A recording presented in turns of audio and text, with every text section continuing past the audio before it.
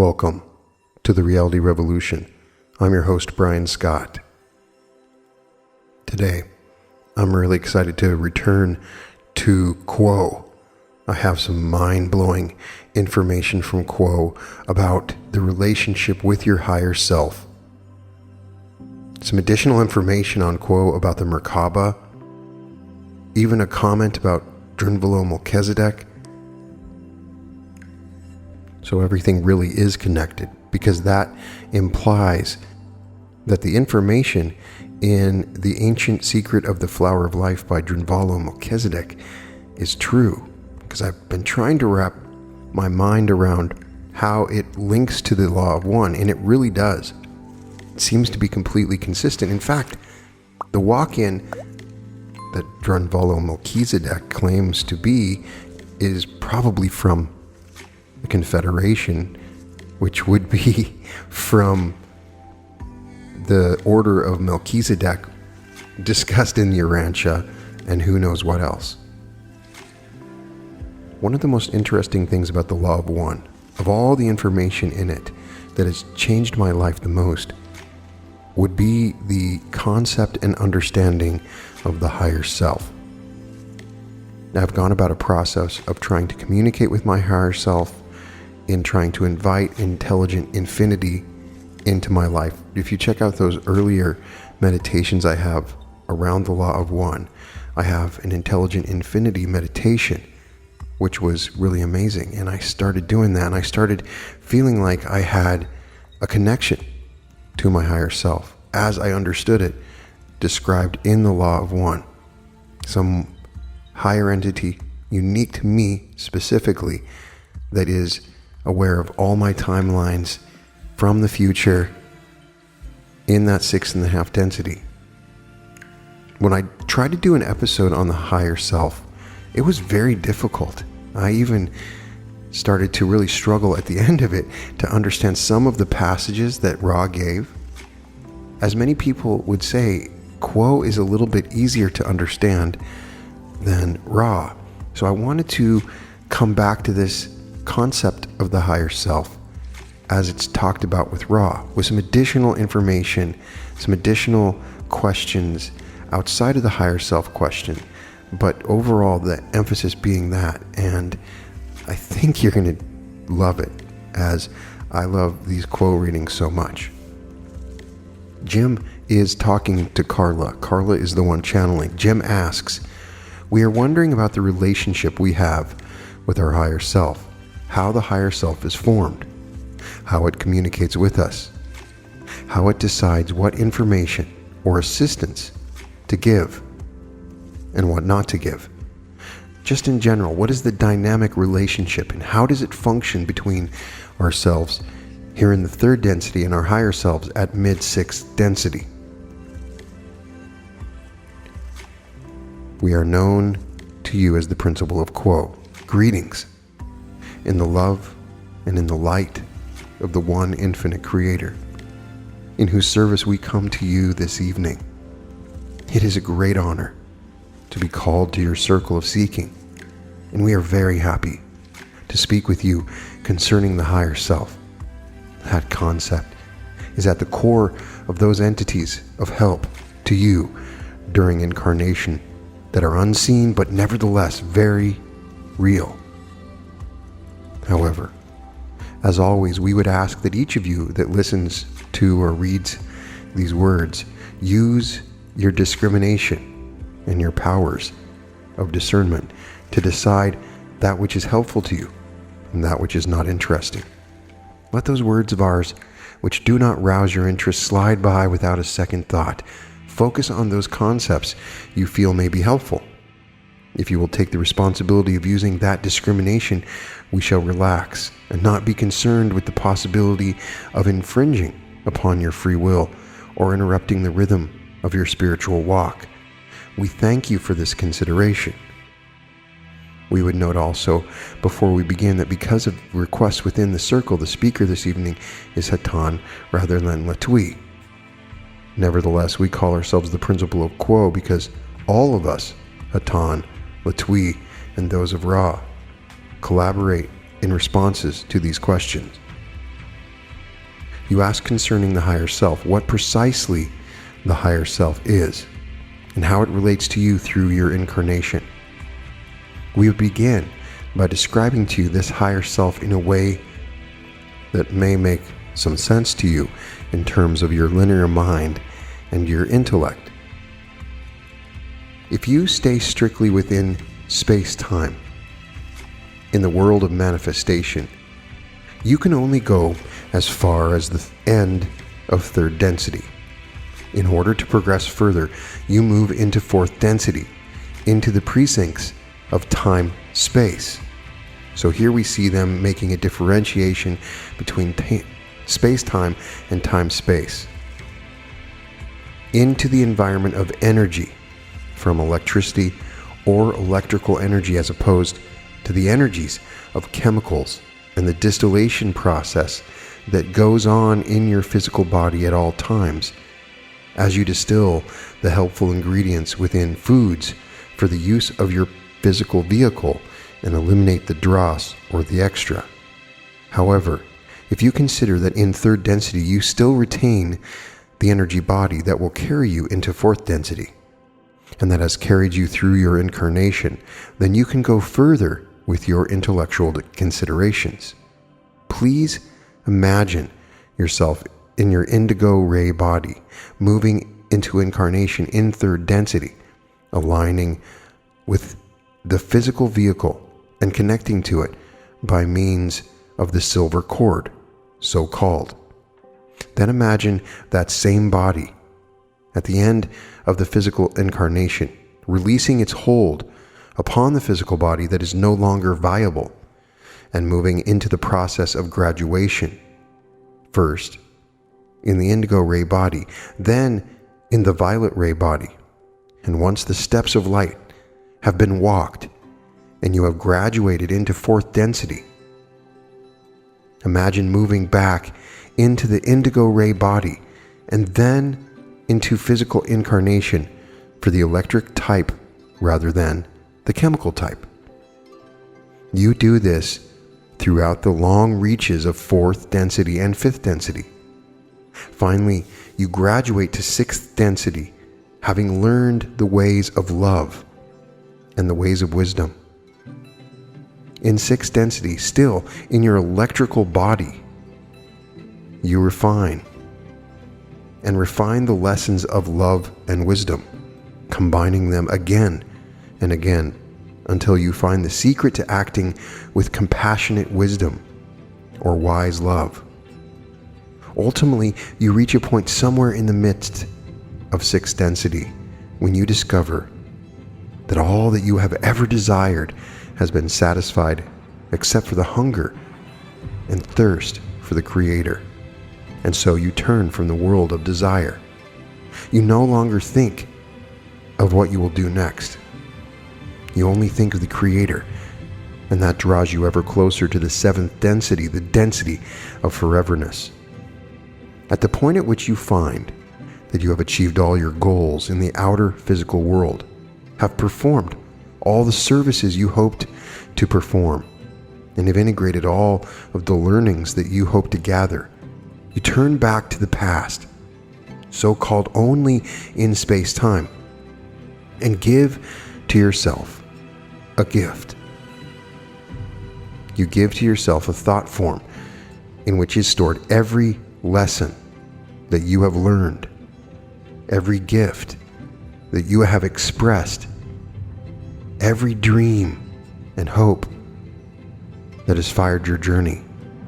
You give the highest and best self of which you are capable within third density, within fourth, within fifth, and within sixth to yourself. That thought form, called the higher self, can also be called the magical personality.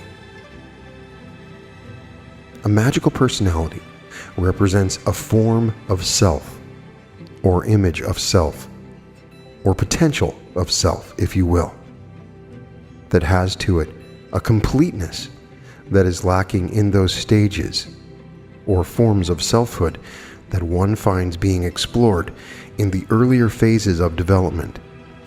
Now, this would seem to be on its face a contradiction.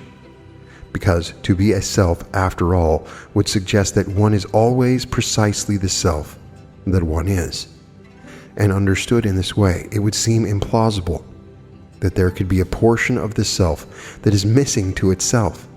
Yet this is precisely what we would suggest to you is the preponderant experience of being a self.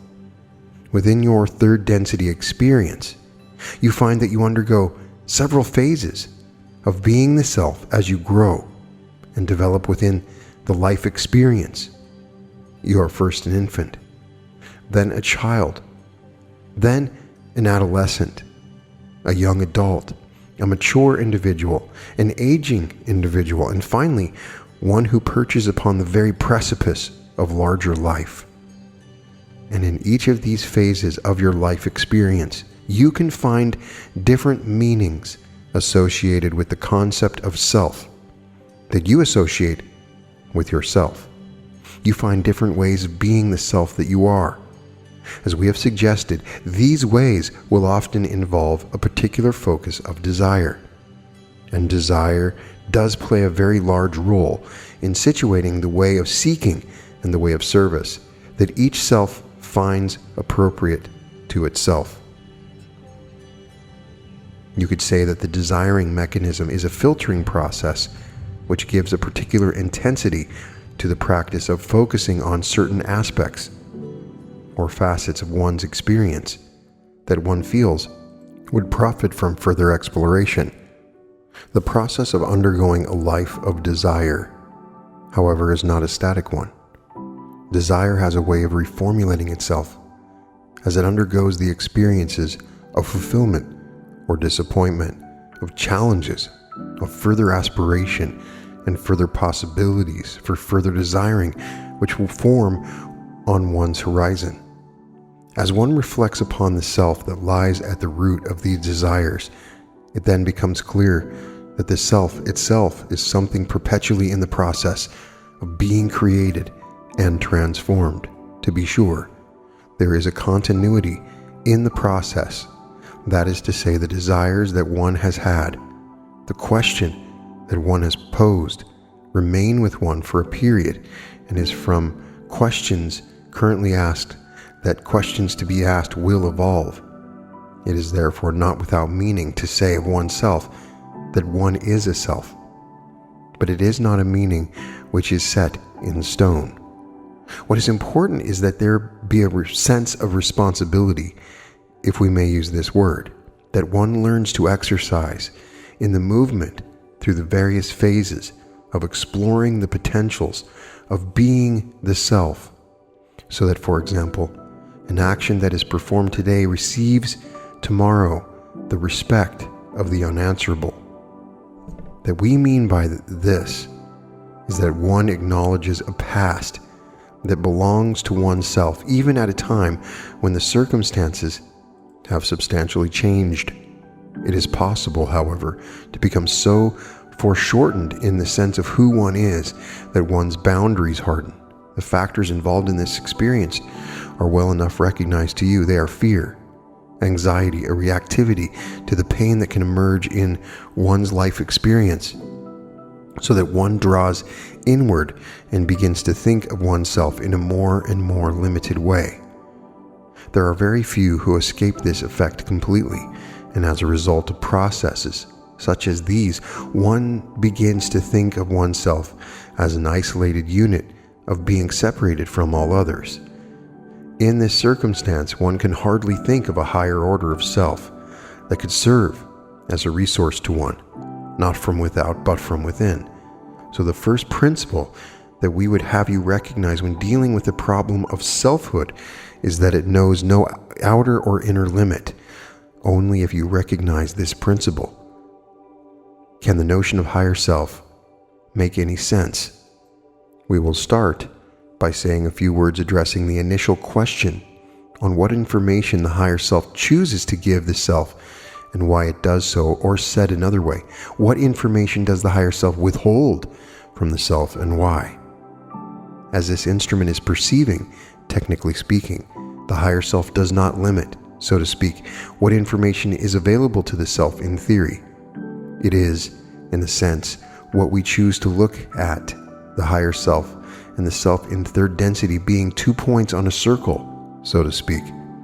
They are aspects of the same self, so we can, in theory, tap into anything our higher self has to offer us. However, we can, in the same way, look at what we choose, and we may choose not to look at our higher self at certain times. It is a matter of facing the self, which most individuals find harder than facing other selves or other higher beings of higher dimensions. However, facing the self is the most natural point of contact or way of contact. In truth, you can contact your higher self whenever you want and wherever you are by desiring to do so. However, this, as any skill in the quest or path to adepthood, takes practice and process, patience, commitment, focus, and the foundational intent or service. We would like to expound further upon the topic of interacting with one's higher self. We would encourage you to consider, when consulting the higher self, that it is not necessary to take the position of a supplicant or neophyte begging for wisdom from a source you cannot comprehend or is superior to you, but to consider your relationship with your higher self as a partnership in all ways you work together. In the realm of sixth density, concepts of time and space grow close to meaningless. As your higher self observes your growth, that portion of you is learning from the you that is learning. It is a portion of yourself that you are calling upon. In all ways, you are infinite and ever growing. Your higher self is not there to be your God or any type of elevated superior that you must go through any certain ritual to contact, but is there as your friend, as your best friend. Your higher self is the most complete, highest, and best expression of that vibration that is you, the you that you are now, and the experience that you are gaining right now is a part of the experience that the higher self retains. The higher self may combine your experience with all the other wisdom it has gathered on its journey, and then present it back to you in an augmented fashion that will help you with the very issue with which you are dealing right now, because it was that very issue that helped you provide the wisdom that your higher self now gives back to you. Your higher self is virtually anything you can perceive it to be. Your higher self is the limit of your imagination, for it is everything that you ever thought and cared about and done. Therefore, if you need it, it will be provided. If you desire your higher self to communicate with you by making the stars dance, if you can conceive it, it can happen. A certain person who sees a coin laying on the ground as they walk by may think nothing of it, while another may be able to interpret it as a sign of something, that one puzzle piece in their life that was missing, because they ask what their environment provide them with information. There is no one way in which communication is established. It does not have to be through prayer or ritual or any attempt at communication with words. Your higher self can communicate with you through any means to which you are open. There is also your specific guidance system, the artifacts your higher self has created for you and sent back, known to many as the male and the female guides, and the third guide that is a union of the two, often seen as androgynous. These were created to be a more tangible example to you. It will help you in more direct ways. You and your higher self are on this road together. There is no separation, and being your best friend, your higher self will always respect your wishes, even ones you may not know you have, agreements you made before your incarnation, realizations of your unconscious, the desires you have that you do not realize or express. The higher self realizes these, and they will not in any way infringe upon your free will or step on the toes of your learning. for they were once in your shoes, and know just how important it is that you learn at your own pace, which is why at times you may not get the particular answer for which you are looking.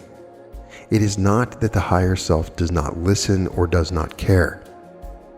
It only has one eye open to the big picture of what your soul is planning, both for the incarnation and for the unconscious desires of your heart. We've been speaking to you this evening on the concept of the higher self and your relationship to it, the types of information that are transmitted both from you to the higher self and the higher self to you.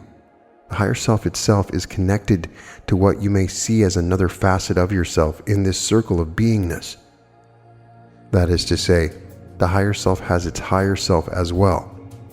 This totality of beingness is a resource upon which the higher self may call in the, shall we say, framing of the possibilities of experience for the mind-body-spirit complex that each of you is within your third density illusion.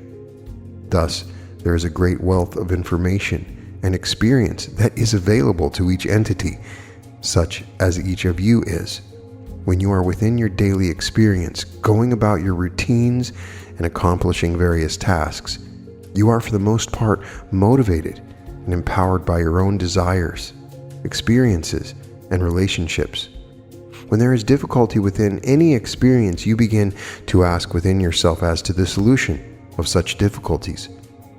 If your own experience is unable to provide you with satisfactory answers, it is, as you say, a natural function of the questing mind, body, and spirit complex, which you are to call for assistance, whether this call is conscious or subconscious, because at this time, the other aspects of your being, such as your higher self, are able to give information or inspiration, a direction, a clue, shall we say, that will help you on your journey without infringing upon your own free will. For the call that has been offered has been heard and shall be responded to. My friends, there are two basic ways that you as a self can work with the higher self, which is that aspect of you that could be called the highest and best, or the accumulation of all that has been learned. One way is as part of a closed system. The other way is as part of an open system. Those who work with the closed system are working under the assumption that the individual self is a closed system. However, the higher self resides within the open heart. It is closer to you than your own breathing or your own heartbeat. Now, because the higher self resting in the heart is under its beneficent influence, the preponderant inspiration from contact with the higher self shall have to do with love. Because choosing love over fear, choosing service to others over service to self, choosing radiance over self-defense, is that which polarizes an entity positively and enables that entity to be ready for graduation. There is no need in terms of graduation to work with the self as an open system. In working with the higher self in a closed system way, then perhaps the best way to encourage words to come from the conversation you are having in the silence between desire and its response is to write down your questions, and to the best of your ability, write down the thought which comes to you on the heels of posing that question to the higher self. The entity who created the book Conversations with God was using this technique, and it is available to all who wish to use this resource. Now, if you wish to access the higher self as part of an open system, you are basically working with the infinite supply of love light energy that you are receiving from the earth, through the feet and upwards through the body and through the energy body as well, exiting out the top of the physical head as well as the seventh chakra. You are using the higher chakras, that is, the chakras above the heart, the blue ray chakra of communication, the indigo ray chakra of radiance, of being, and the violet ray chakra, which is that which upholds the gateway to intelligent infinity. Due to the placement of desire when in the energy body, you ask your question of the gateway of intelligent infinity, thereby causing a response to flow from the Creator into your body, meeting the upward spiraling love light energy that is always yours at the chakra point of keenest desire. Some refer to this as the movement of Kundalini. If your energies are devoted entirely to seeking the Creator, it is likely that the inspiration and information from above will move through the gateway, through the upper chakras, bouncing down to that central chakra of the heart ray, and then bouncing back up to the indigo ray, where it will reside and where you may converse in the language of concepts. It is to be noted that there are advantages to working with the higher self in an open system, where you perceive yourself to be part of all there is and free to contact all those parts of the self that are included in the higher self. Working with an open system, there is no heavy influence of love, wisdom, or power. The system wherein you, as a personality and a self, are not truly separate from the rest of creation is a powerful model. It opens the self-definition, as you think about yourself, to the realm of endless potential. This is not to say that you can become substantially different from yourself. The combined energies of your soul stream, through many, many incarnations, have produced within you a characteristic vibration.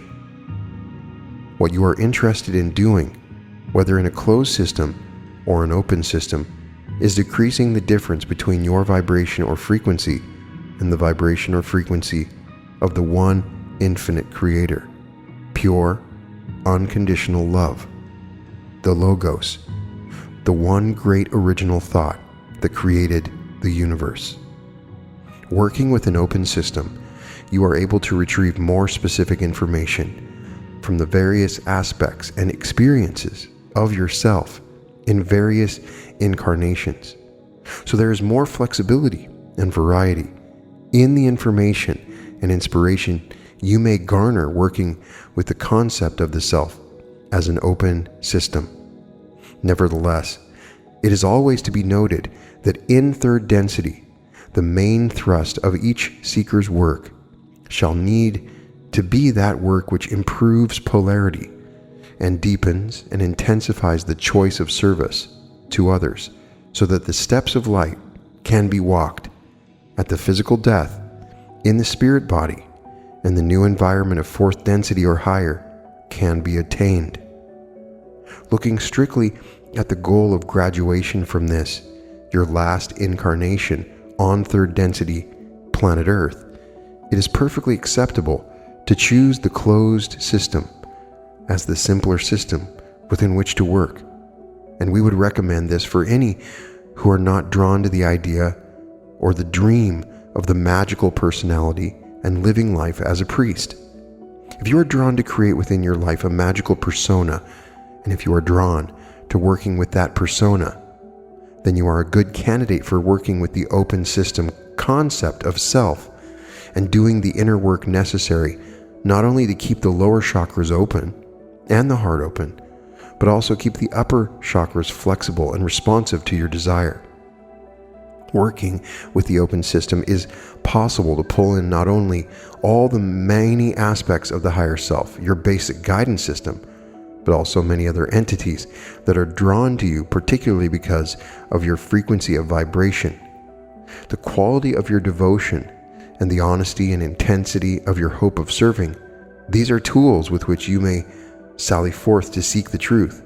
You are most emphatically not alone.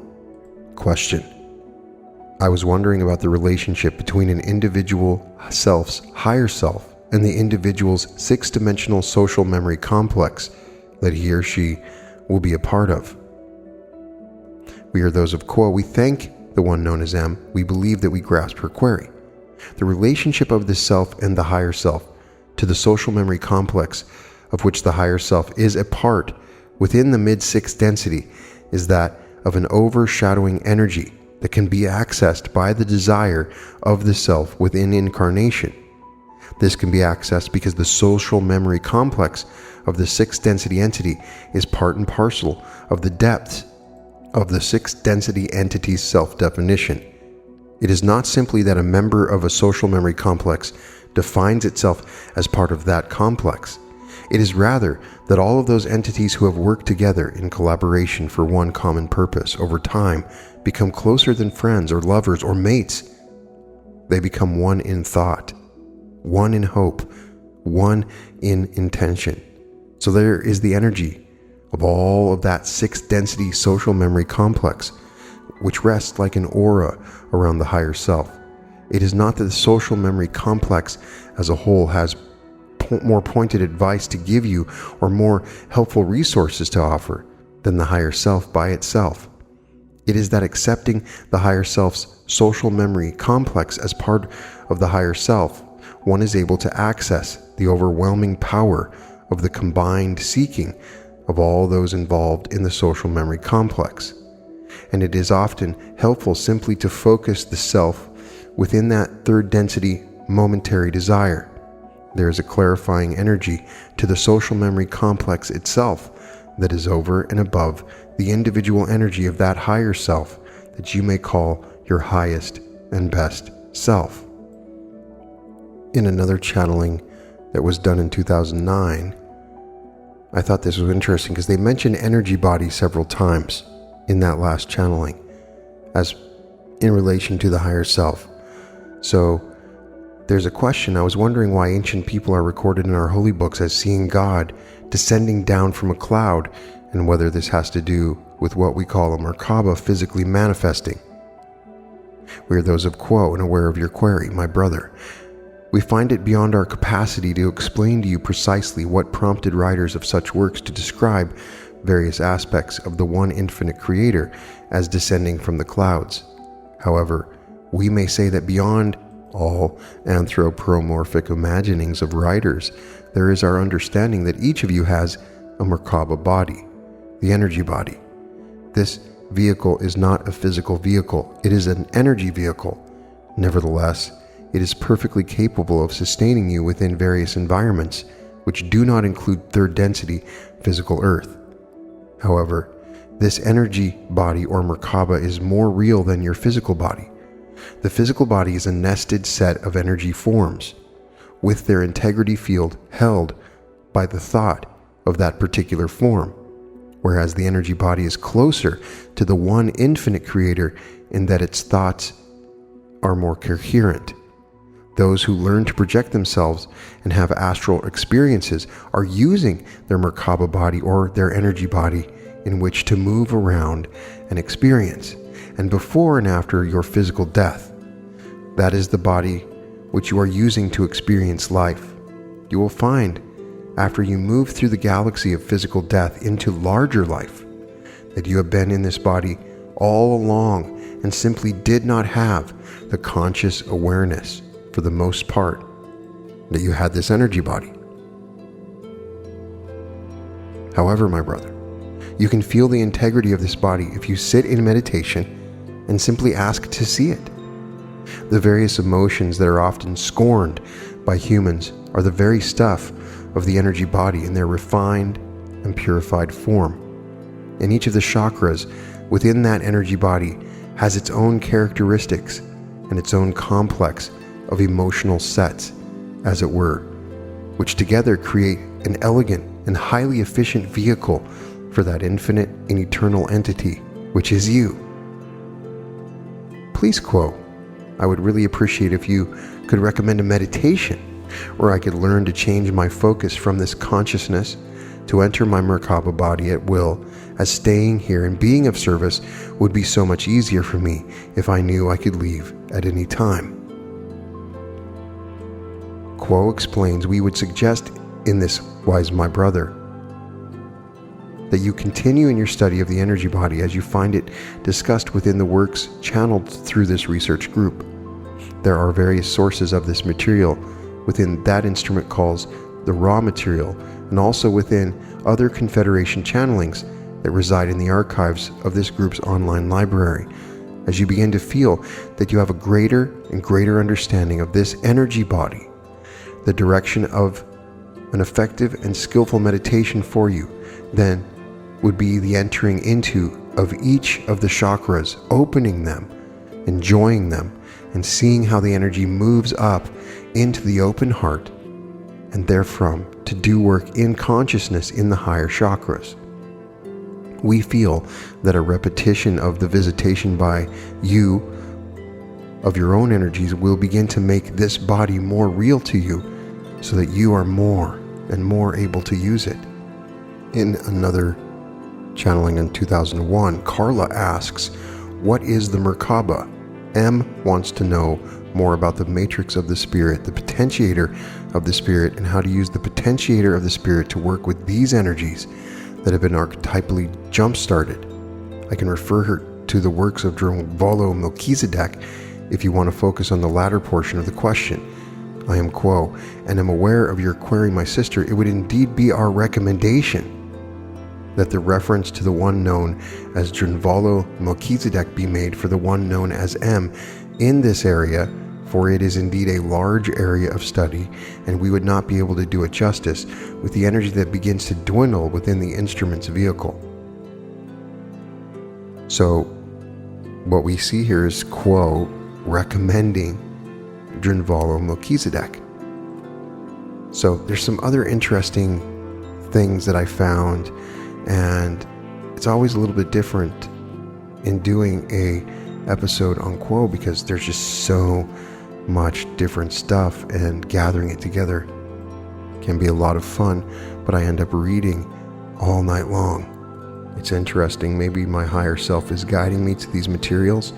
For instance, I was reading some Ruth Montgomery. I don't know by the time you've heard this if you've heard my episode on walk-ins, but of course they asked about Ruth Montgomery. They seem to confirm that Ruth Montgomery is legitimate. Another interesting question is when they asked, I'd like to know if you cover the entire known universe or just a portion of it. So they say this instrument has trouble relaying the concept we gave her. We must curb our levity. We showed her the picture of us as paint being tossed over the galaxy and dripping down on the sides. What covers the, as you put it, known galaxy? What covers the infinity, that is, the creation, is love.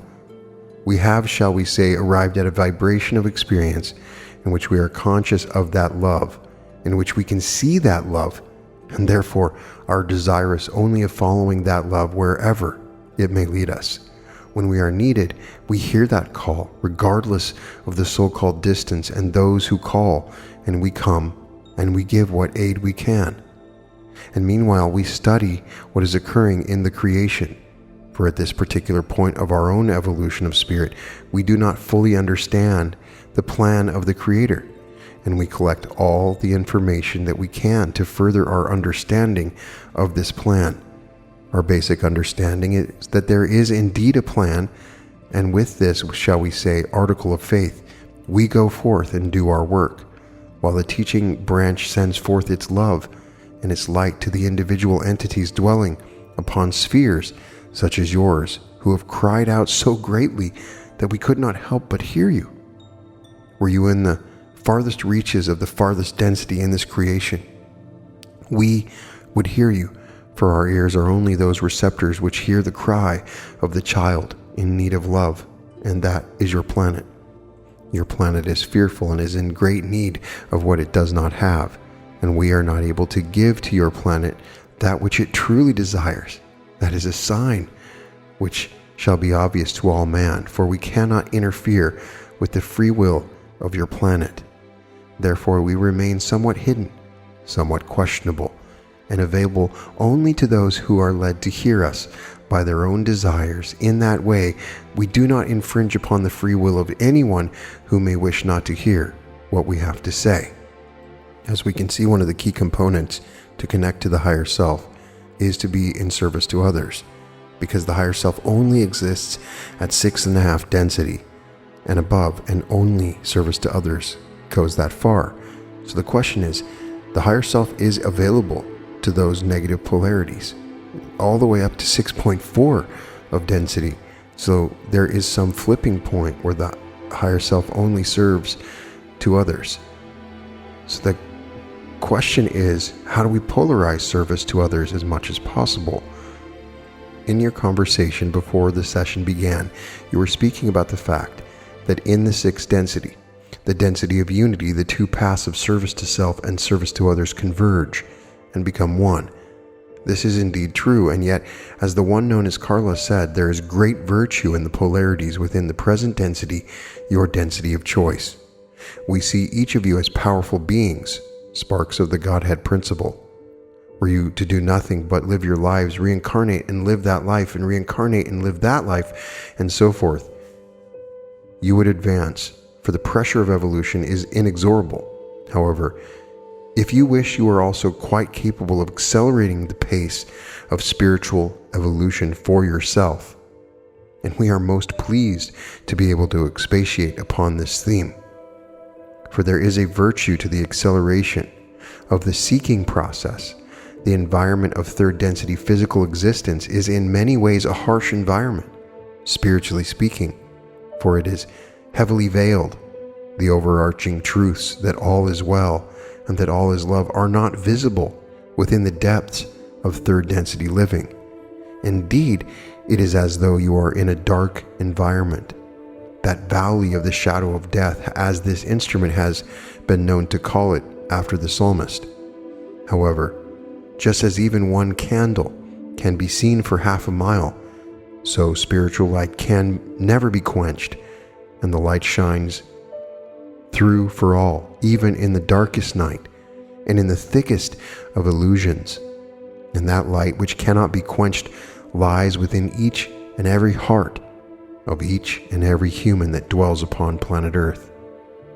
There are many ways, however, to hide that light under a bushel, as the phrase is from your holy book, the Bible. And so our remarks are along the lines of how not to hide your light, how to be fearless with the power that lies within you, and how to harness it and direct it. The nature of polarity is such that it echoes to the very fabric of your third density illusion. Each of you is able to name many dynamic opposites: light and dark, good and evil, warm and cold, wet and dry, and so forth. The very fabric of your existence has the overarching glyph of the Star of David, that figure which is made up of the upthrusting male principle in its delta form and the downward pointing pyramid of the female principle. As they come together and merge, so they form the Star of David. There are ways to look at the male and female of the illusion, the attributes given to the female side and the attributes given to the male side of the so-called tree of life, and then those androgynous energies which are in the middle of that figure, lending coherence and the relationship to the whole. And you are creatures of the Star of David and the tree of life. You are walking matrices which are able to juxtapose and merge the physical and the metaphysical, the outer and the inner, the temporal and the eternal. Each of you is a walking gateway between two worlds. By calling upon the spiritual or metaphysical aspect of yourself, you awaken within yourself a great array of resources, and these resources may be used as you choose. Primary among these resources, in terms of increasing your rate of positive polarization, is your awareness of yourself as a person whose will is powerful. When you set your intention to do something, you change things for yourself in terms of your energy body and in terms of that connection that you have with the metaphysical world. And so the first thing we would suggest to those who would wish to increase the rate of polarization is to set your intention. There are various ways of doing this, the most simple of which is to say, I set my intention to be one who wishes to polarize as quickly as I possibly can and still be able to integrate my learning. I'll say that again. I set my intention to be one who wishes to polarize as quickly as I possibly can and still be able to integrate my learning. However, it is efficacious to put more time in on the creation of this statement to yourself and your faculty or will. You may wish to write it out or have a ceremony or ritual whereby you, in conjunction with your guidance, set this intention. It is often true in the physical world that intentions vanish like smoke.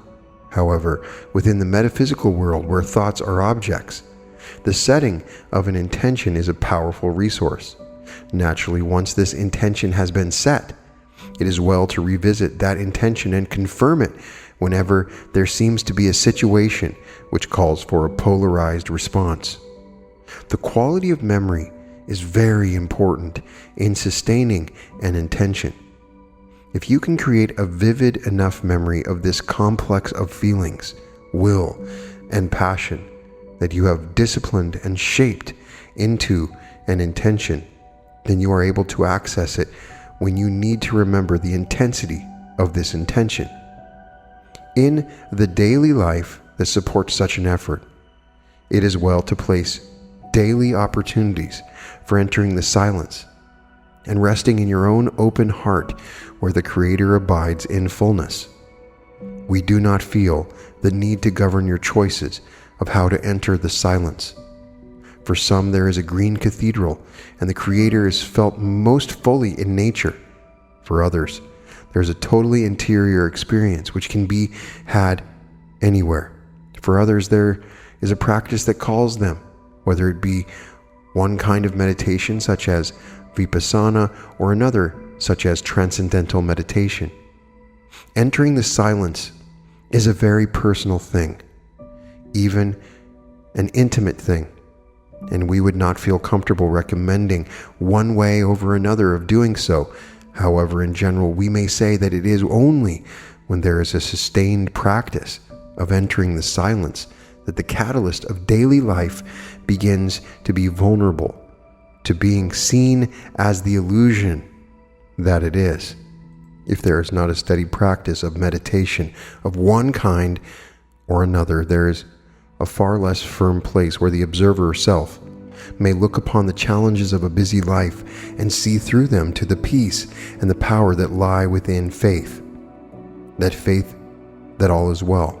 That simple statement, all is well, is a good mantra for any discipline, for it is at the heart of faith. Often entities among your people speak of faith as though it were a matter of believing this or that. Yet faith has no content. Faith is simply an attitude, a knowing that all is well, and that all is well, all will be well. This knowledge may give you peace during challenging times. Those situations in life which are rich in opportunities for those who wish to polarize always have to do with choosing love over fear.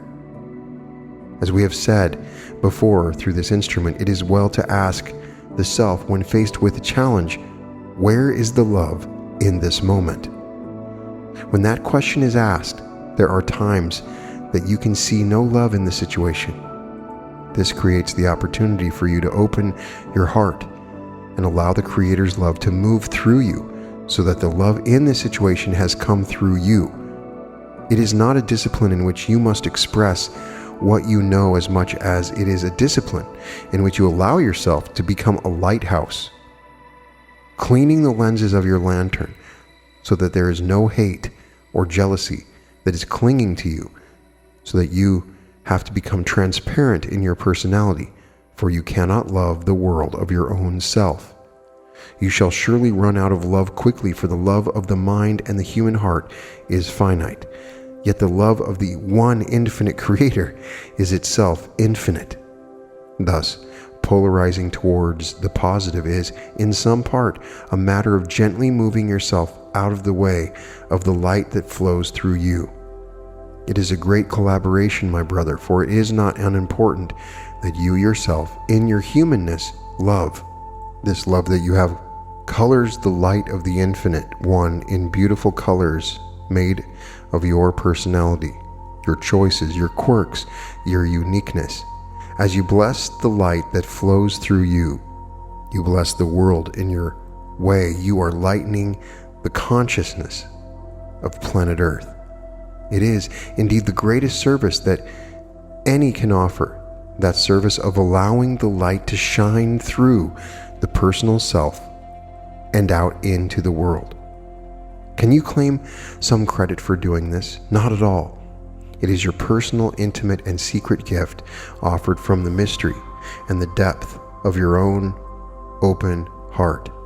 And yet once offered, it shall color your whole life and make of it a great adventure. When the next time of decision comes to you, my brother, slow yourself down, move into your open heart, and allow the full riches of the catalyst involved to flow through you. Positive polarity is not a matter of ignoring anything. It is a matter of choosing to let the shadow side slide and focusing on the positive. It is a matter of asking for a viewpoint that sees the wider and more comprehensive picture of the situation.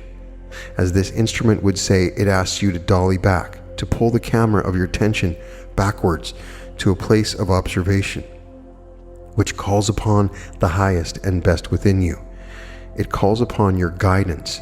It calls upon your awareness of who you are and why you are here.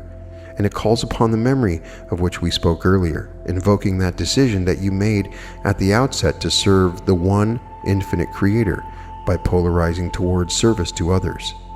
Lastly, in order to accelerate the pace of evolution, we would encourage that which is called a sense of humor among your people and what we may call a sense of proportion.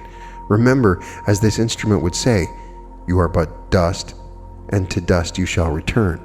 Remember that the glory that moves through you asks you not to be glorious, but only be an instrument. Let the Creator play you. Your job is to stay in tune. Therefore, tune yourself with memory, with affirmation, with mantra, with all of the tools and resources that you find helpful. And my brother, when you fail to remember all these things and feel that you have crashed and burned in service to selfness, let the dust settle. Take yourself up and know that it shall be a new day as soon as you forgive yourself for being human. There is never an ending and never a failure to one who is on the path of positive polarity, because every morning is a new life. You may hit the reset button as often as you need to do so. As always, my brother, those of the Confederation of Planets are happy to rest with you in your meditation and offer a carrier wave that will stabilize your own vibrations as they flicker a bit. We do not attempt to communicate at those times, but merely be with you and to bathe you with our love. And I thought that would be a good place to stop because it's such a beautiful message. As anybody that's listened to the channel knows, that's the thing that really transformed me. It was my choice of service. It was that moment when I decided to try to manifest and create a reality more than just myself, more than just things for myself, was to go beyond and express the joy that I had in helping others and in choosing to help others more than myself, and to shifting the focus of my attention away from myself into helping others. For me, that was hard because some ways I'm shy and don't want to go out and do things. So I tried to figure out within my own dynamic ways that I could be of service. This is one of them, but not the only way. And I continue to see opportunities in what I see. You are given opportunities every day to be of service, and you will be rewarded for the service. Don't expect the reward, but I'm telling you, the other day I had a friend that needed me to pick up something, and I was so excited to help them. And so when I did, it was such perfect timing. As I drove home, I listened to this one perfect live version of Pearl Jam song that I hadn't heard in a long time and would be really hard to dig up. And it was right at that perfect guitar solo moment. And I was gifted this beautiful moment as I drove to pick up what I had to pick up. So you will find as you start to be of service that you will have these beautiful little rewards. It is a wonderful thing. Don't think that you're just doing this because you're some sort of slave or you're doing work. The service is a joy. Just for the people that say service to self is a joy, it is a greater joy. You're sharing this joy with so many other people when you help other people. And it could be anything, the tiniest thing. You can do it in the privacy of your own home by releasing light. The beautiful message of this is through your own meditation, you are improving the polarity of the world and yourself. So the discussion at the beginning of this about the higher self is very important. It really gives you an idea that the higher self will communicate with you through a number of ways. That lost coin that you find, little messages that you see in your environment. Another interesting aspect is the description of your guides, one being male, one being female, one being androgynous. I had not read this and was aware of having these guides. They're not even of my own ethnic origin, which is funny. And they're very funny. My guides are very funny. And I thought for parts of my own incarnation that they were just voices in my head, and perhaps they are. But I have found very common that when people say that they have interactions with their guides, it is in this pairing of two or three. Two guides or three. And Drinvalo Melchizedek in his book talks to guides in the same fashion. And many other people that I have met that are in my group that also talk to guides. So they're implying in this, the higher self sends the guides back as additional instruments to aid. But it all sounds so programmed. There must be some key that we can unlock. I want to know everything that the higher self knows. The higher self doesn't want for me to do that because that's billion years in the future, I guess. But I would say that if it is myself, then help me to polarize and improve. If you're able to travel back in time, which this implies that you are, once you get to 6.5 density, that time travel becomes a variable, then we really have to consider the effects of that time travel. Perhaps the creator is placing restriction on the powers of time travel in that they cannot directly change time. But obviously, if you're creating a higher self that can go back in time to help itself, and everybody has their own higher self, what does that mean? What sort of limitations is the higher self put under? So the higher self cannot violate our own free will, but wants to help us, wants us to go through the lessons, and explains in the beginning of that why there are times that it doesn't seem like the higher self is helping you. What I have found is the more I move towards polarity of choosing to help others, the more I'm in communication with my higher self, at least on my own soul's path. Everybody's going to have some sort of different explanation of that. I was also interested that at least there's some confirmation that the Merkaba is within the law of one universe, and that Drinvalo Melchizedek has some semblance of credibility, which means I'm going to have to spend an episode talking about that book, because there's some crazy ideas that come out of that book about transferring in to fourth dimension, which is what he calls it. That material really indicates a unbelievable transformation into fourth density, which could involve the magnetosphere dying out, people's memories going away, plastics dissolving, a whole bunch of different scenarios, which are crazy enough that when I posted it in the Facebook group, I had to remove it because of the fear that it created. There's a lot of crazy events that can happen, but the most important realization in the Drinvalo Melchizedek is that you can create your reality, that the earth chooses certain people that are connected with the earth and the sun, and those people create the realities around them. And no matter what's happening in the world, whatever bizarre and terrible things that seem to be happening in the world, you're not a part of it. Your reality is being created. So if you feel like you're connecting to the earth and the sun, then you may be one of those people, and that may be part of the reason you're accessing this material. Your higher self is going through a process of protecting you in this transition. So choose love over fear. Another thing that's talked about a lot by Quo, that's consistent with the Melchizedek information and a part of the Merkaba meditation that covers both of the stuff that we've talked about, is the heart being this expression of the creator, that the higher self is within the heart, and multiple times it is referred to as another dimension. As I've explored this more, the heart is both a part of your body, and beyond it is the creator of the universe. We really need to change the way we think of the heart. you always think of your organ, the heart. There appears to be a mass that's like the pineal gland, but even bigger in around where the heart is. And that is what we're talking about.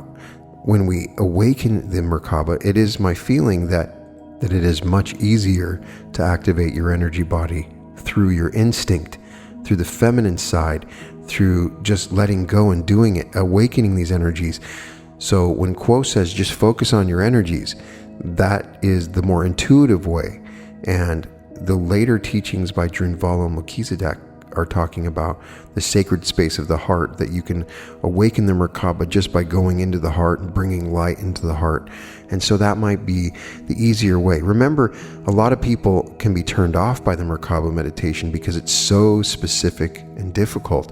And that is not the only way. There are many ways.